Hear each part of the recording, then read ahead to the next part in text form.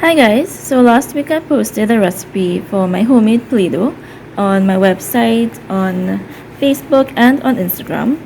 And there's one thing I didn't mention about this Play-Doh. It also conducts electricity.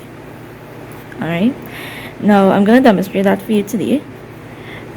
I have a battery pack here with two AA batteries in them and an LED bulb which lights red, alright, when current is passed through it. Now I'm going to take two pieces of the Play-Doh that I made in that recipe, using that recipe. Alright,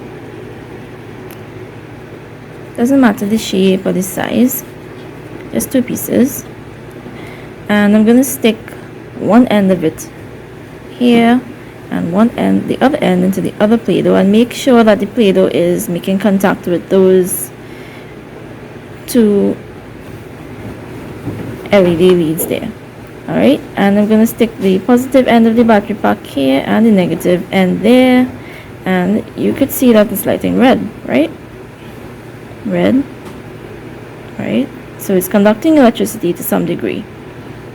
Okay, I stick the negative in there and I pull out the red.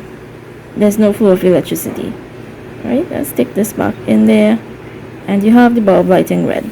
Now it's not as bright as if I actually touch the bulb itself, okay, the leads itself on the bulb with the wires, right? But the dough does conduct some degree of electricity. Now, science students looking at that recipe could easily tell me what we could do with that recipe to increase the conductivity of these Play-Doh.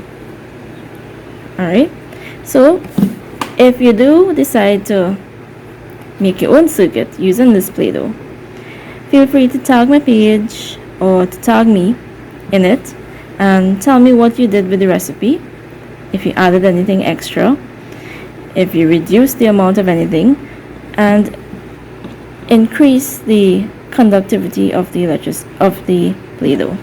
Alright, of course, always do this under adult supervision.